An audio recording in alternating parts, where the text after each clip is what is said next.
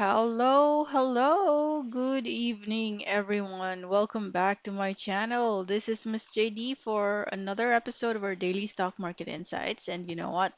Today I am very happy because we have a lot of requests. Thank you to those who dropped a comment here, expressed their words of gratitude and their requests. Eto sila, okay? Si Acoustic Pillow, si Alter and PHR daw yung gusto niya request. Virgil, thanks ma'am. So Lilibeth here said, thanks Miss JD. Ngayon ko lang na-discover MA yung mid-band ng Bollinger Band. Ay, MA20 pala. Okay, so by the way, ang MA20 is the default yan. So I replied to you. I said that pwedeng-pwede mo yan i-adjust. I'm gonna show you in a little while when we navigate through our charts. Dexter, gusto si Ali. Okay. So, okay. Nalista ko lahat yan. AC Mond. Ay, may na-miss ako. Si AC Mond pa pala. AC. So, I might even have to break the video into two parts para hindi naman masyado boring at sobrang haba, no? I will be dividing it into two sections. AUB, TA ang long-term outlook after high interest rate environment. Okay, thanks for that info. BALAI, PHR Converge po. Thanks, Miss JD. SSI, ayun. ANS, PLC, FGen. Okay, nalista na natin lahat yan. Costco. There you go. ASEN and SM from J. Pagayon and Raymond. They said thank you. And of course, North-South line, si Carlo ito. Euro USD. Ayan. Sige, go na. Punta muna tayo sa ating charts. Okay, sa mga hindi pa nakasubscribe, at magpakilala na din ako. I am Miss JD. I review stocks in the Philippine market, US market, sometimes crypto. Napakaganda ng takbo ni crypto today, ah. Si also, starting to review Forex sa mga gustong mag-request ng Forex, welcome na welcome din kayo dito. Okay? So yun ang mga offerings natin sa channel na to. So mag-subscribe na kayo, mag-drop kayo ng comment para I can include your request sa susunod na video. Kasi araw-araw kong ginagawa to, sometimes multiple times in a day. Maka-eksena lang talaga ako ng libre. Sometimes I would record more than one. Okay, and yan. Very simple lang yung format. Very raw nga to. After I record, upload agad. Di wala nang edit-edit. It's the content that really matters at this point sa linya ng interest natin. Okay, so as you can see, going back muna sa message ni, kalimutan ko yung name, si Lilibeth. Okay, so I'm using a Bollinger Band, right? Tapos mayroon ako dito RSI, volume, yun ang mga key indicators ko. So, itong Bollinger Band na ito, you just have to set that here. Yung, saan dito? Yan. Dito yata yun eh. Basta dini-default ko lang yun eh. Ito. Tingnan ko kung papalitan ko to ng 50, gagalaw tong gitna. Yan. So, yun na nga. Okay. So, just to test it, validate it, kasi hindi ko talaga to ever ginagalaw. Moving average, right. Yan ang 20, no? Naka-default yan. 9 pala yan. So, kung papalitan ko to at gagawin ko siyang 50, ay 50. At ang color niya, kunwari, ay orange or yellow. Yan. See that? See the difference? Change ko yung MA to MA50. Pinatungan niya yung Bollinger Band ko. Yan. Diba? Ayan. So, yan ang MA50. Ngayon, i-hide ko siya. Bumalik siya. Right? That is because yung Bollinger Band ko, in-adjust ko kanina to a 50. So, babalik ko siya kunwari sa 20. Yan. Ganyan ang itsura ng Bollinger Band ko. Okay? So, that is just to validate the specs or the settings ng aking Bollinger Band. So if you're using the moving average, it's up to you. You can just, some of them use MA20, MA50, tapos MA100, tapos nile-layer-layer lang nila yan.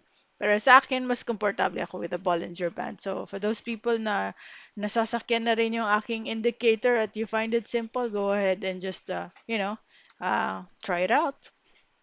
Okay, balik na tayo sa ating index. Si index ended red today, pero still there, respecting. Siguro pinapatibay lang talaga nito yung ating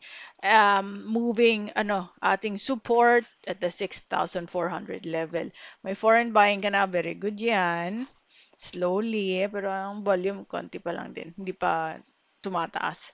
Pero itong kagandahan, itong napakataas na volume na to, after that, may pullback, di ba? Binalikan niya yung ating support area. Pero, look at the volume. Nung nagde-decline siya, wala na masyado. So, konting-konti na lang. And we're just waiting for that shift in the volume na mag-build up ang volume. At the same time, we see more greens in the coming days. Yan ang ating signal na babalik na tayo sa taas. Okay, alright. So, umpisa natin. Alter. Alter.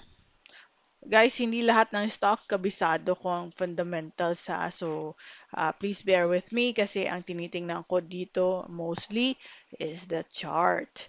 Okay, ito ang kagandahan ng chart ni Altern, Alternergy Holdings Corporation. So, uh, since the start of the year, hanggang sa June, puro yung sentiment after the IPO, nag-decline na talaga siya.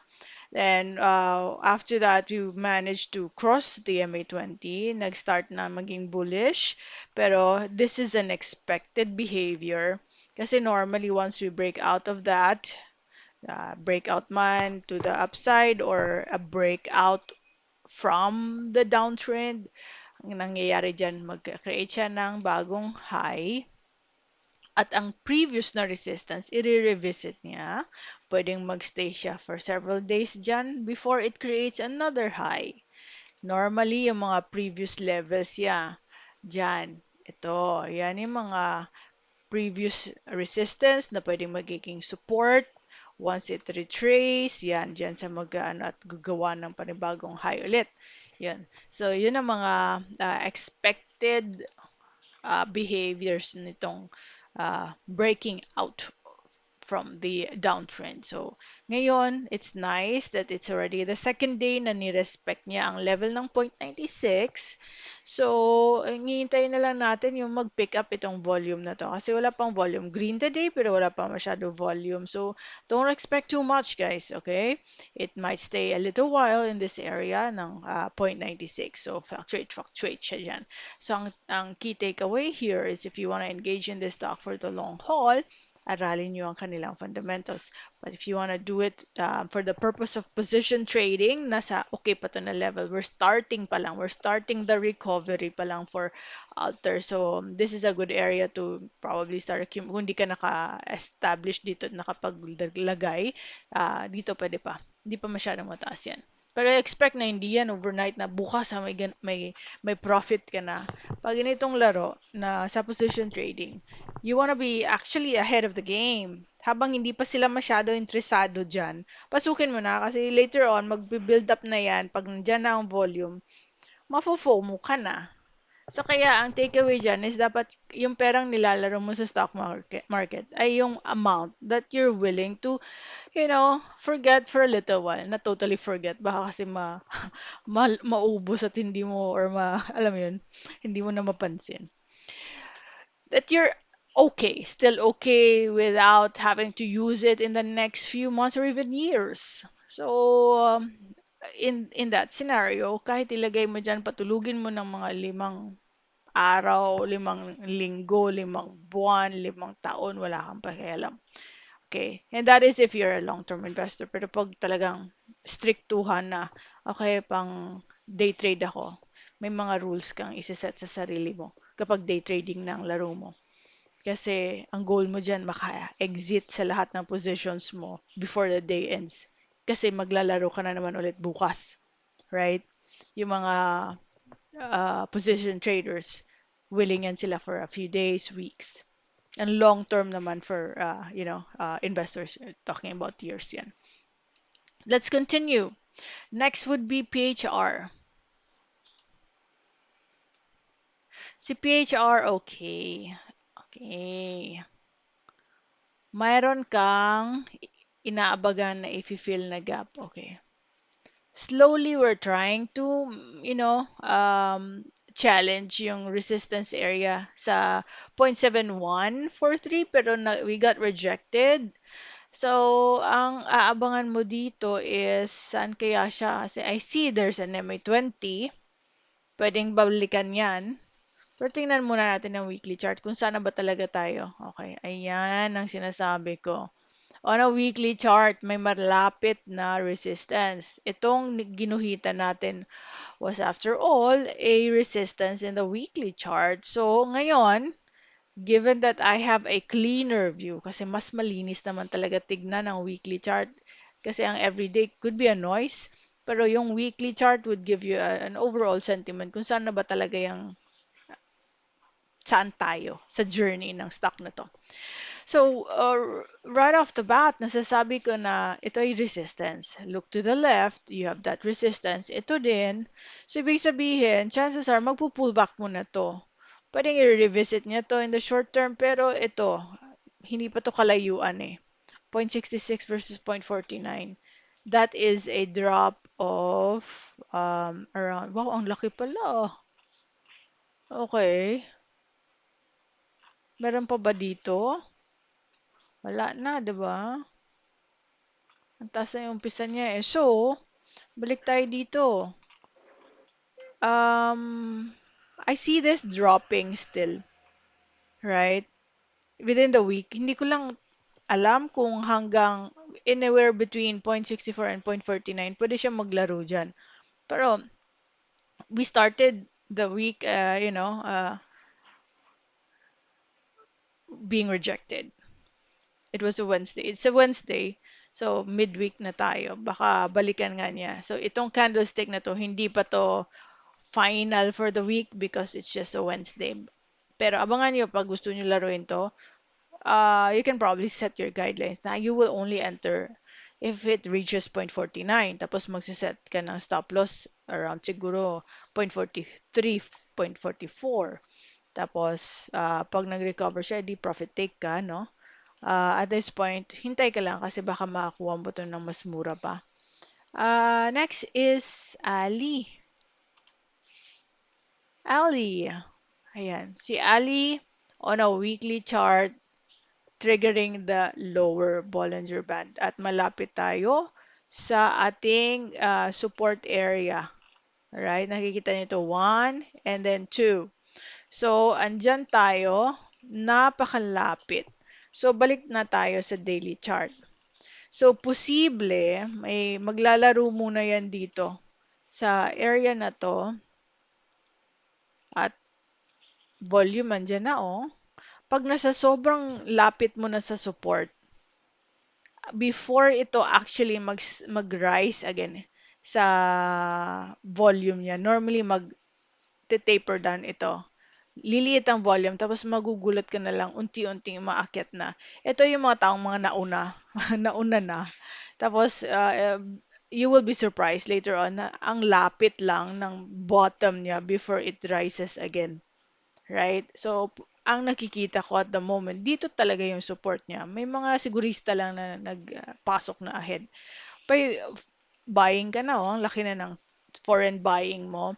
Pero at this point, depende sa'yo kung gusto mo talagang hintayin na mag-touch itong 22.79. Pero guys, it's already an area. So, well, I can confidently say that na kahit sa ditong level, pwede na siya because of the background of the company. It's Ayala Land. So, kahit advance ka ng konti, alam mo for a fact na we're very near that possible bound. So, it's really up to you. Or kung gusto mo talaga ng confirmation kasi may sinasabi tayong don't catch a falling knife, Kasi posible pa, yeah, may chance pa rin naman talaga kasi it's just me. It's just Miss JD. I don't define the rules of the game. I just mentioned these based on the possible facts, or no, possible movement based on the facts that I see. One, two, three times niya challenge ito, and each time na mag-land siya dyan, nagbabounce eh. So we're also anticipating almost the same kind of behavior here na pag dito niya magbabounce siya. Pero some folks talaga, they would wait for a confirmation na mag-green muna siya, parang ganito, mag-engulf muna ang green bago ako papasok. You can set that kind of rule. Pero again, your gameplay may not be the gameplay of the other person and may not be my gameplay. So whatever works for you, tansyahin nyo, importante, hindi siya mag-create ng um, tawag nito na hindi siya mag-create ng stress sa'yo. Kasi nag-iisip ka, ang laki ng nilagay ko dito at kinakabahan talaga ako, baka ma-break pa tong support na to. Kailangan ma-mindset mo na, okay, papasukin ko to. I know it's ali, kahit ahead ako ng mga few cents, carry lang, kasi alam kong babalik yan. Right? So, medyo nag-rumble ako doon ng very light. Let's continue. Pure gold. Ay, ang ganda. Ito yung sinasabi ko. Ito yung isang example talaga. Ay, sus ah. Wait lang. Ito, kita nyo. Right? Let's try to analyze this. Okay, may create siya dyan ng support. Kaso na-breakdown in price. Pag-breakdown niya ng ganon, um, I think at this point, nakikita nila, okay, cheap level na to. Kaya, nag-start na mag-accumulate yung presyo paakyat. And then eventually, dito, right? So it's really in this area, yan. So may mga nauna at may nag-push pa talaga pababa. So but then again, people started, adding more kasi they find this cheap already. But kung nasasabing cheap na siya, kasi of course you have to move to the weekly chart para mas makita mo yung picture talaga. Kasi 'di ba, ang laki ng binagsak niya, almost what 100% ba? Hindi man, 50%. So dito, kumbaga, people feel na siguro, okay, sobrang murang-murang level na to. Kaya papasukin ko na. So, balik tayo sa daily chart. So, you know na by levels na to. So, kung pupunta ka sa daily chart, alam mo, okay, dito, nabagsak siya. May iba, pumasok na. Pero may iba, okay, alam ko, pagbaksak nito, may continuation pa yan. Kaya they waited for this level. Kaya ang laki na ng volume. So, what can I say now? It's recovering. And nearest resistance is yung previous support niya. Magiging resistance. And at the moment, it's somewhere in the MA20 line. Diba? Yan, oh. Kung makikita nyo, may mga slight overshoot. That's normal kasi itong mga linyang ginuguhit ko, it's approximately in that area. Pwede nga gumalaw yan eh. Oh, yan. And it still is the same story. That is in that level. Kasi when we say support resistance, it's not the exact line where I plotted it. Could be a little higher or lower. But overall, guys, ito ay given that the volume is starting to rise and then you have some nice green candlestick, papunta na tayo sa recovery. Pero again, uh, possible volatility ang maglalaro. High volatility stock.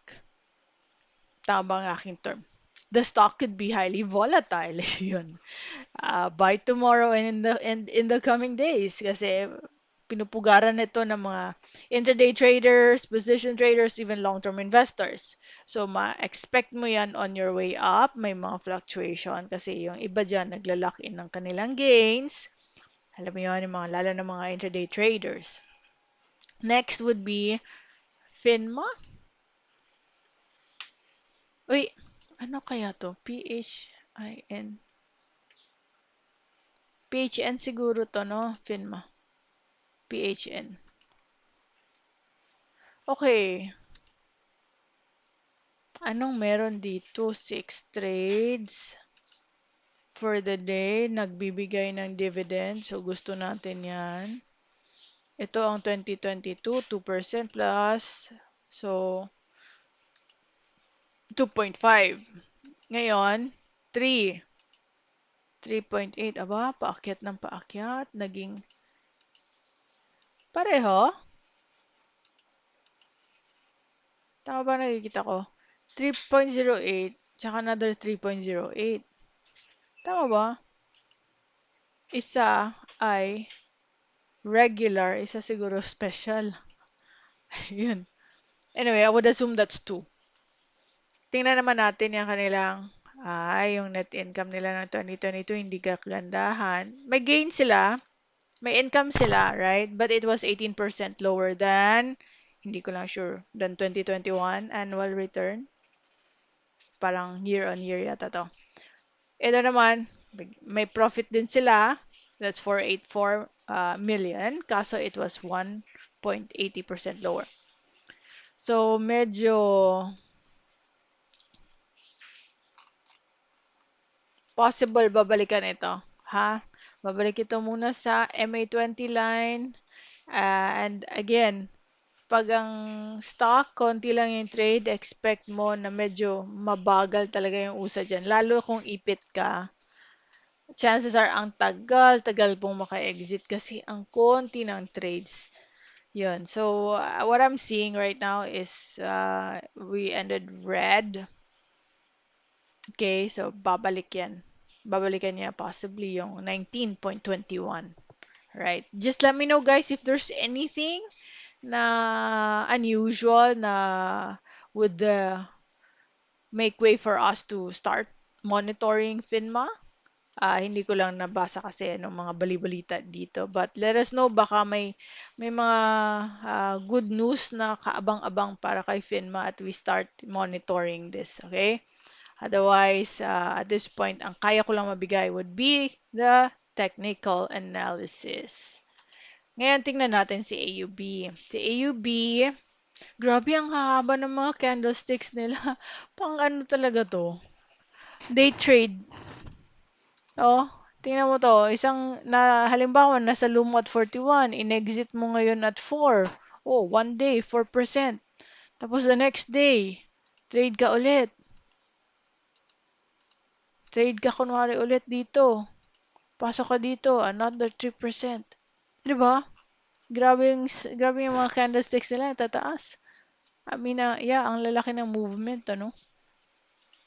Habang yung mga globe, ayan, oh, kakarampot na 0.29% gain.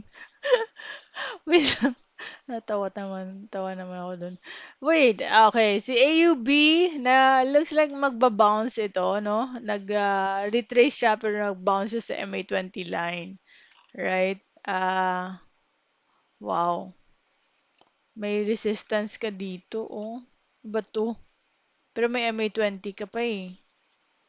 So, tingnan lang natin kung magtuloy-tuloy yung akyat niya. May resistance ka din dyan, no? 1, 2. So, posibleng nag-stop siya dyan because it respected this. Pero bukas, tingnan nyo, pag nag-continue siya paakyat dyan, may mas malapit pa ulit na resistance. Right? So, I think the safest route here, although medyo mataas na to, nagbagsak kasi to coming from here, tapos ang laki na ng recovery niya. Ito na lang pala tandaan nyo guys ha, the moment mag-cross ito sa baba ng MA20, right? Ibig sabihin yung uptrend niya medyo slowing down na. Kung profitable ka na, mag-lock in ka na ng gain or mag-exit ka na. Kasi ibig sabihin yan, mag-shift na yun ng direction. Kita nyo? Easy to understand eh kasi the entire time ganyan siya. Right? Paakyat siya. So at this point, pull back. May MA20 ka dito. So, kailangan hindi niya babasagin yan. Pag tumawid yan below MA20, alam mo na sunod, bearish na yan. Take profit ka. Next C is BALAI. BALAI.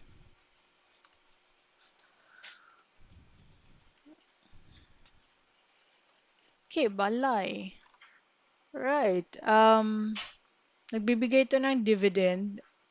Kakaano lang 'to, eh, ayun na nga, July 2022 IPO siya pero bilis lang ng kanyang pag-akyat the entire time. Sideways, more inclined to a downtrend ang nangyari. At this point, may support ka pa rin naman dito. And tingnan natin pag magtuloy-tuloy yung kanyang pag-respect niyan at umakyat na siya. Wala ka ba volume, right? Kaya I don't see much change in the behavior of the stock. Mukhang i-respect niya to. Tatagal pa to ng sideways. Alam mo yun? Pero pag may isang biglaang unusual high or unusual change in the volume, next mong gagawin, magbalita ka. Punta ka sa news, anong announcement? Punta ka sa social ng Instagram or Instagrams. Kasi ang katsismisan andyan. Madami silang nasasagap ng mga bali-balita at minsan nakakatulong, minsan nakaka-hype. Kaya medyo ingat kayo dyan. But at this point, looking at the technicals, again, it's in the support area. Right, next would be Converge. Converge. Okay, alam niyo yung kwento ni Converge, we got rejected at the MA20 line. Ito, kung nakikita nyo, ayan o, yan ha. Yan ang dati niyang support. Sa araw na to, binrake. Actually, 50%. Hindi pa totally broken yan. 50% nag-trigger siya ng lower band. So, potentially, baka hindi pa tapos yung kanyang downtrend. Pero, surprisingly, grabe to. All-time low. 52-week low. 1038. So, yung araw na to actually was the 52-week low. Nag-recover lang ng 0.02 and then the market ended. So, medyo careful lang at baka may continuation. I know may foreign buying, pero normally kasi uunti-unti na yung mga yan eh. So, maybe our hint there is that kung may continuation pababa, hindi na yan masyado malayo kasi ito yung mga foreign buying mo ay nagpupwestuhan na. 'Di ba? May volume kang malaki dito, pero nung nag-drop, konti lang ng volume. Pero ito pwedeng volume 2 ng selling sentiment kaya umakyat. Pero ang magandang volume change na nakikita ko is a green candlestick. Ito sana oh. Itong dalawa kasi hindi nga nag-push through eh. So hanapan muna natin yan. We find a support area, hindi pa naka-establish ngayon ang support, posibleng gagawa pa yan. Ang problema pag 52-week low or all-time low, hindi alam, walang nakakaalam kung saan yan maglaland kasi wala kang historical data. It is really the market who will dictate it. Kumbaga collective yan na, alam mo yun, aabot at aabot dyan. Yung support area na kung saan gusto ni market talaga mag-settle. So at this point, abangan nyo muna. I know this is very cheap, but wait for that support area to be established. AC. AC also sitting at a possible support. Yan, sa area niya. Ito, area yan ha. So pwedeng may fluctuation intraday, tapos recover. Pwedeng ganon. But at this point, I see 606.45 as the nearest support. Tingnan natin sa weekly saan kaya posibleng gagawa ng resistance. Teka lang, I just wanna note this. Ito, 2, 3, 4, apat na beses na yan ha. Pero ngayon nandito na siya sa taas coming from this low sa kanyang RSI. So, on a weekly chart, tingnan natin, stabilize muna siya dyan. May foreign buying ka na, volume is starting to pick up as well. So baka malapit na tayo sa AC recover. MONDE. MONDE is also on stay on the sidelines for this one kasi mukhang wala pa eh, oh. Walang volume. Weekly chart na nga yan eh. Hmm.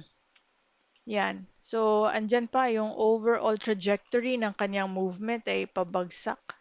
We got rejected at the MA20 line. So, ito, 772, abangan nyo to bukas. Pwedeng mag-sideways, pero the moment na mag-start yan, lower than 772, and most of the action happens below that, ingat kasi baka magtuloy-tuloy pa pababa. Okay? So that's for MOND. All right. So I think for now in this video, I have to pause and stop para makapag-record ako ng another episode para naman sa additional stocks that you guys requested. SSI, ANS, PLC, FGen, Costco, ASEN, SM, Euro USD. Okay? In the meantime, I hope you've learned a lot in this discussion. Um, See you again. All right? Bye-bye for now.